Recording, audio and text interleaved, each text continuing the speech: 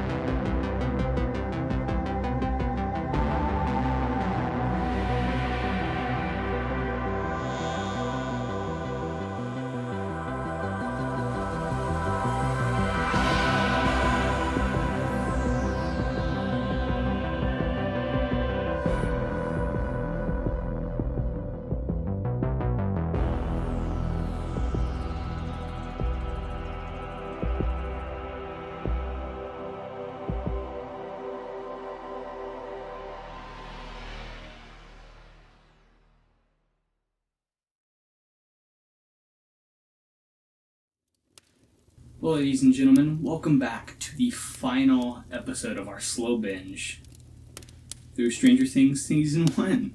I am so delighted you've decided to return one last time for this, because, like I said, I love this season of television. I think it's one of the best in recent memory, and it's why I have so much stuff in regards to it, including this behind-the-scenes book, which has been an invaluable resource when researching for these episodes. So huge thanks to these people. Also, people I have to thank in regards to making these episodes are the people at Dead Meat.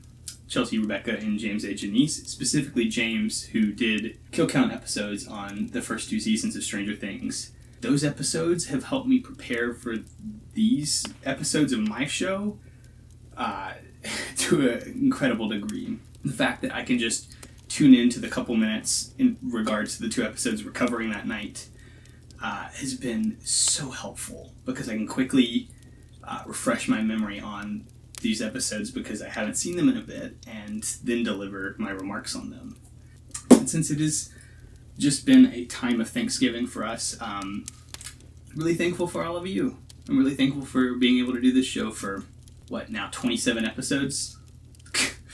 It's been a lot, and it's been a year, and I'm really excited that we're about to wrap it up, because as you can see, we're already starting to transform the set. I'm a huge fan of the holiday season for a lot of reasons, and we're about to get into that. But before we move forward, I've brewed myself a cup of tea, and for one last go at it, I'd love to recap everything we've seen in this series so far. So without further ado, here's our last time we're doing this segment this year, previously on Movie Club. After a late-night D&D session, the boys split off and head for their respective homes, with Will Byers taking a shortcut back to his house, down Mirkwood, a street the boys have named after a place in The Lord of the Rings. The Hobbit. Shut up! This shortcut puts him in the crosshairs of an escaped creature that the rest of the boys later termed the Demogorgon. After trying to hide at his house, Will is captured by the Demogorgon and is transported somewhere else. The next day, when Will's friends get the news from Chief Hopper that Will is indeed missing, they decide to disobey the curfew and head out to mount their own search party for their own lost party member. Later that dark and stormy night, the boys head out into the woods and instead of finding Will, locate Eleven, a girl who has just recently escaped from Hawkins' lab. After taking Eleven in, Mike and the crew try and understand her story and where she's coming from. Lucas is, understandably, wary to trust the stranger, while Mike decides to give the young girl a safe place to sleep for the night until they can find out more about her. As they talk things over, they discover that their strange new friend might also have some latent mind powers. It turns out that a mysterious older man in black from Hawkins' lab is also looking for a lost girl. While Chief Hopper and the local populace mount their official search party for the lost boy, Jonathan is out searching the woods on his own, utilizing his camera to take pictures of evidence that might help him and the police find Will. While out in the woods, he stumbles upon a house party hosted by King Steve. While Jonathan is out peeking in on a party, his mother Joyce is getting weird calls from wherever Will is, and in turn, frying her phone. But back at the party, things are starting to heat up as the underage teens engage in some very big horror rule breaking. In attendance is Nancy, Mike's older sister, Barb, Nancy's friend, and Steve's less savory friends in Tommy and Carol. As the couples pair off, Jonathan stays behind to take some pictures of the lone Barb, who has decided to lounge at the pool to wait for Nancy. Jonathan gets distracted by Nancy undressing in the window and takes some pictures of that as well. While Jonathan is distracted, Barb bleeds into the pool and is taken by the Demogorgon, vanishing entirely before Jonathan can bring his attention back to her. This time, the Demogorgon decides to kill rather than just attack, and Barb doesn't make it. After realizing that Barb's disappearance might actually be precipitous of something much more serious, Nancy teams up with the older brother of Will, the missing boy, to try and figure out what creature took their respective loved ones. Chief Hopper, ever the resourceful one, begins piecing the clues together, discovering a government conspiracy that involves the local lab faking the missing boy's death, which he finds out by discovering the fake cadaver they used to convince the rest of the town. Also, Chief Hopper is low-key a Stephen King fan. I love that book. It's a nasty mutt. Armed with this information, he heads off to break into the local lab and gain more info. After breaking into the facility, Hopper manages to get through all the security protocols using brute force, discovering both the room 11 was kept in while living at the lab and the rift between worlds. He is, however, disqualified for a false start at his investigative work and is tranquilized and put back in his bugged house. Lonnie is back for Will's funeral, and also because he just wants insurance money for the death of his son and doesn't really care about Joyce and the kids at all. Man, he sucks. After the funeral, Jonathan and Nancy meet up to discuss the hunting habits of the Demogorgon and mount their own attack. Hopper discovers the bug in his house because he's a badass. Mr. Clark helps fill the boys in on an interdimensional travel and gives Dustin enough to work off of that he finds that the compasses don't point to true north, but actually to the rift. Steve tries to make up with Nancy using a killer Risky Biznu impression. Just take those old records off the shelf. But it doesn't work since Nancy's mind is on monster hunting. She leaves Steve to commiserate family situations with Jonathan Byers over at target practice and prep for Demogorgon hunting. They bond over this and head off in search of an interdimensional bloodhound. The boys in 11 head off into yet another Stand By Me homage on their way to the rift. Dustin figures out that they're going in a circle, but Lucas is the one that clocks that Elle is sabotaging the mission. When Mike and Lucas fight over this newfound info, Elle tries to separate them, but is too strong and knocks Lucas out. This leads to a breaking of the fellowship, with Lucas too mad to stay with the party for now, having been emasculated, and Elle running off thinking she's just a monster. Meanwhile, night has fallen and Jonathan and Nancy are still Team Monster Hunter. When a deer is pulled off to be feasted on, Nancy heads through a fissure in a tree that takes her right into the Upside Down. Nancy is just about to become puppy chow for Mr. Demo Lovato when Jonathan starts up an interdimensional game of Marco Polo that helps Nancy return to our world. Steve gets concerned, thinking something must be wrong with Nancy, and heads back to her house to try and comfort her, only to be subject to the worst timing ever as he spies Jonathan comforting Nancy in her bedroom. After Steve leaves, Jonathan stays the night to keep Nancy company while she deals with a bad case of PTSD from the USD. Day comes and the two resume planning a second attack while in the basement below, Mike mourns the loss of 11. Dustin reads all other party members for filth, telling Mike it's his job to make amends since he drew first blood, and the two head out to fix the rift in the friendship over at Lucas's house. Meanwhile, Hopper has put it together there are two children running around, one being Will, and the other presumably Terry Ives' missing daughter, Jane. He and Joyce track down her old address and head out to try and get some more info. Dustin forces Lucas and Mike to make up, but Lucas is uninterested in reforming the alliance if it means dealing with the weirdo. Elle. Lucas just wants to head straight back to the rift and fight whatever comes at him, equipped with his trusty wrist rocket. Fight the Demogorgon with a wrist rocket? Stranger things have happened. 11 is out living in the woods by now and heads into town to get her just desserts. And by that, I mean serve looks and steal Eggos. Mouth breather. Plus, she has a flashback to the time she opened the rift on accident by making contact with the Demogorgon in the void. Joyce and Hopper finally make contact with Miss Ives, only to find out that she doesn't talk much because she's practically comatose. The official story from the government is that Terry miscarried, but we know from editing that Jane is real and is now known as 11. Lucas heads back to Hawkins' lab to follow the compass and finally uncover where the rift is. Nancy and Jonathan, meanwhile, buy a crap ton of weapons and ammunition for monster hunting, including bear traps. And this is when we finally get to see the awful thing that Steve has done for thinking Nancy cheated on him. When Steve sees Jonathan with Nancy, he wastes no time at all being as nasty as he possibly can about the Byers boys' family. This is what really sets Jonathan off, and Steve loses the fight that ensues handily. 11 is busy eating her recently acquired Eggos in the woods when she hears Mike and Dustin looking for her. The two boys run into the bullies from school have decided to really take a page from Stephen King and chase them to the quarry with murderous intent. Meanwhile, Lucas discovers the conspiracy by climbing like Zacchaeus into that sycamore tree and spying the goings-on at Hawkins' lab.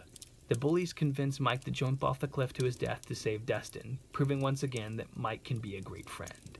Mike jumps, but Elle stops his fall and then returns him topside, and then kicks both bullies' butts, breaking Troy's arm and pushing the nameless one over, scaring the hell out of him. This is where we get the best shot of the show with the cliffside hug between Mike, Dustin, and Elle. The episode ends with a newly reformed trio heading back to Mike's house, and unbeknownst to them, being tracked by agents from Hawkins' lab. So as I've been doing for the past two videos, I'm going to run through a couple of things we saw in the past two episodes from last week, just because there's quite a few things that happen there, both thematically and visually and referentially, that I'd love to tackle real quick before we move into our final two episodes. Last week's episodes were Chapter 5 and Chapter 6, The Flea and the Acrobat, and The Monster. So let's take them in turn. Let's start with Chapter 5, The Flea and the Acrobat. Also at the end of Chapter 4, Lonnie, a character from the really early two episodes, reappears. Lonnie being the father of Jonathan and Will Byers, and the ex-husband of Joyce. And we get some more even grosser shading of Lonnie, who is literally only back for Will's funeral just to get some insurance money. Yeah, he's not a good dude, and he's not going to get any comeuppance, really, at least in the 3 seasons we've seen so far. Sorry, a bit of a spoiler. Which really sucks, because when you have a character this disgusting, who's just this bad of a person, who doesn't care about his own kids, you typically want them to get some pretty nasty comeuppance in the end, where the big monster absolutely wrecks them. Sadly, we don't get this with Lonnie. And in fact, he's pretty much not in the rest of the show. Could that change in Season 4? Only time will tell. And I have to commend the great writing of Alison Tatlock on this episode, as she managed to take a pretty late stage episode and do it so effortlessly. There's so much going on, specifically in The Flea and the Acrobat, that is crazy tightrope walking when it comes to screenwriting. She had to literally explain every bit of sci-fi that's gone on in the show so far, because mostly it's been unexplained. We've been getting little flashbacks from 11, but mostly we don't understand what the Upside Down is.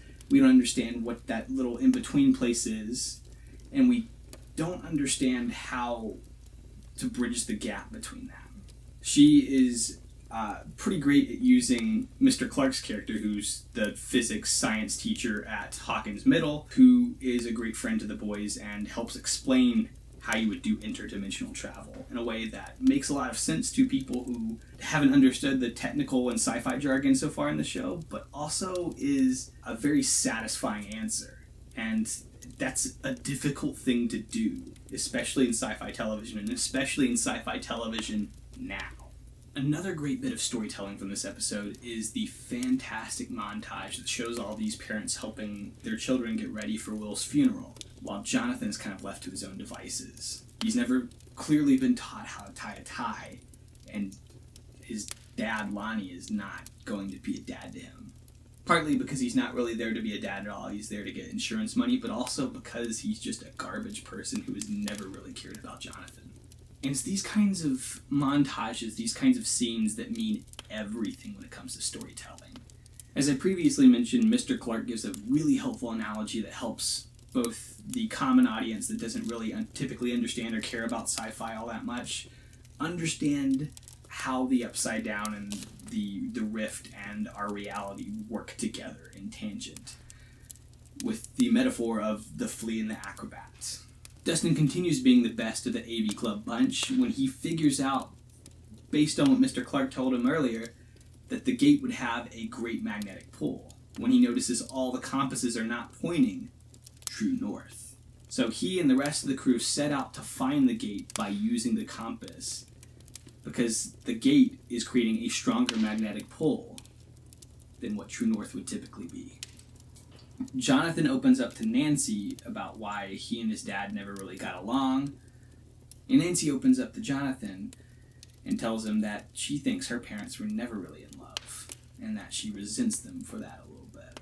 And then shows up Jonathan when it comes to actually firing a gun at the bottles at the other end of the alley. We get some more of Hopper's character shaded in, because at this point we know his daughter has died, though not from what, and after ripping apart his place and starting to uncover even more of the mystery surrounding Hawkins and its conspiracies, he calls his ex-wife to apologize. And it's a very heart-wrenching scene and gives some more great David Harbour acting.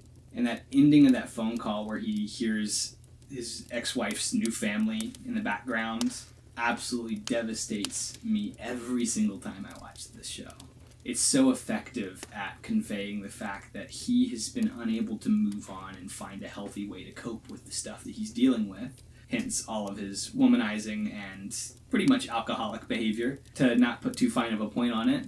It starts to explain a lot of that stuff about why he's unable to really engage in meaningful relationships. And he's isolated himself on the edge of the town. It's at this point that Hopper finally reveals to Joyce that she's been right all along. While the rest of the town has been gaslighting her, her insistence that her son is not dead is based in fact, because the body that's in the morgue is indeed fake. And Hopper has an idea as to who is covering this up.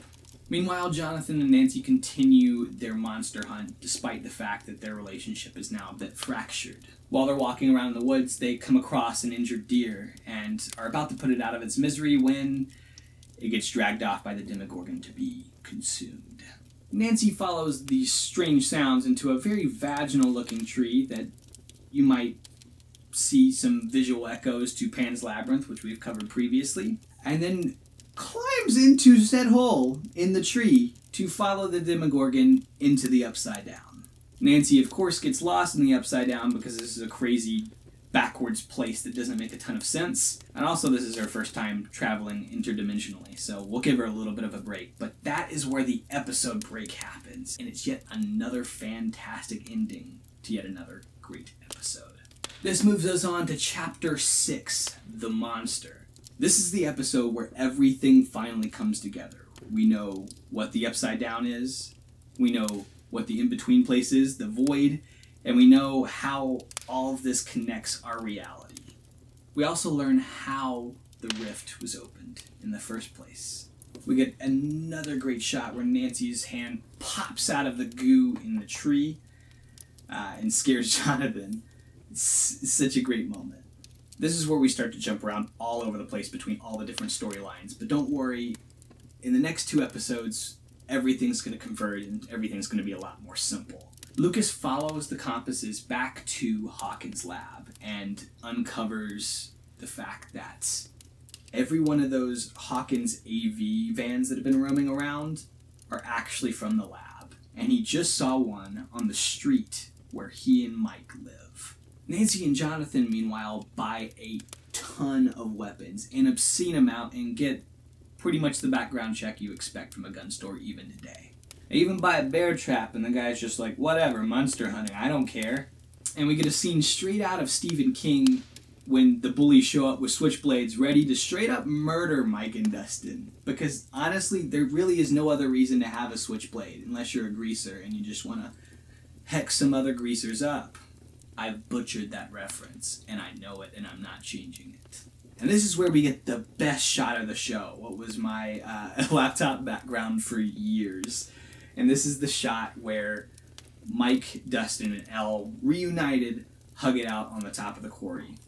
Beautiful cinematography right here. I haven't mentioned yet, but the cinematography in most of the episodes of this season is done by Tim Ives. He's fantastic all the way through, and the visual stylings that he does helps bring to life this homage and original piece of material. It's so much fun, and the work he does feels effortless and brilliant.